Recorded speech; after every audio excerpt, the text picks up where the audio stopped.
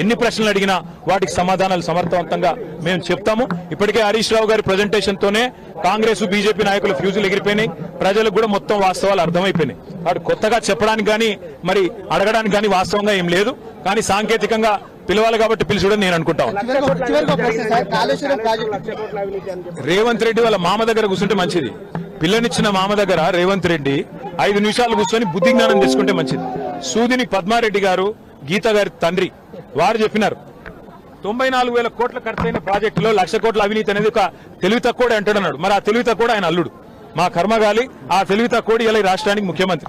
కాబట్టి మేము అనేది ఏంటంటే రేవంత్ రెడ్డి గారు ముందు పోయి వాళ్ళ మామగారి దగ్గర కూర్చొని కొన్ని పాఠాలు నేర్చుకుంటే మంచిది. కాళేశ్వరం ప్రాజెక్టు విచారణ పూర్తిగా అయిపోయిన తరుణంలో మళ్ళీ 2 నెలలు పొడిగించి కేసీఆర్ ను ఇటు హరీష్ రావును పెంచినటువంటి సందర్భం కనిపించింది. దీన్ని ఎట్లా చూస్తుంది? ఖచ్చితంగా కక్ష సాధింపు, రాజకీయ వేధింపు తప్ప ఇందులో ఏమీ లేదు. నిజం నిలకడ మీద తేలుతుంది.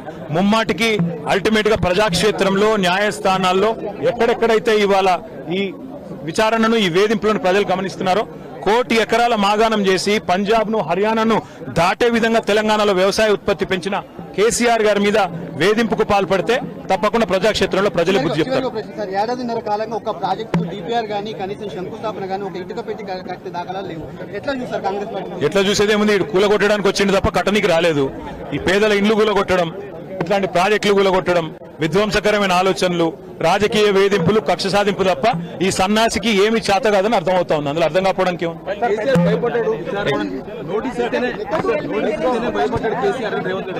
100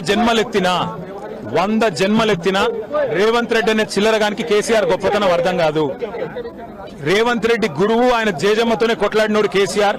ఆ జేజమ్మని ఇక్కడి నుంచి తరిమేసినోడే కేసీఆర్. కాబట్టి రేవంత్ రెడ్డి అనే చిల్లరగాడు ఏం మాట్లాడినా, ఆయన చిల్లర ప్రభుత్వం ఏం చేసినా కేసీఆర్ ఎంటిక కూడా పీకలేరు. కాబట్టి రేవంత్ రెడ్డి అనే చిల్లరగాడు ఏం మాట్లాడినా, ఆయన చిల్లర ప్రభుత్వం ఏం చేసినా కేసీఆర్ ఎంటిక కూడా పీకలేరు.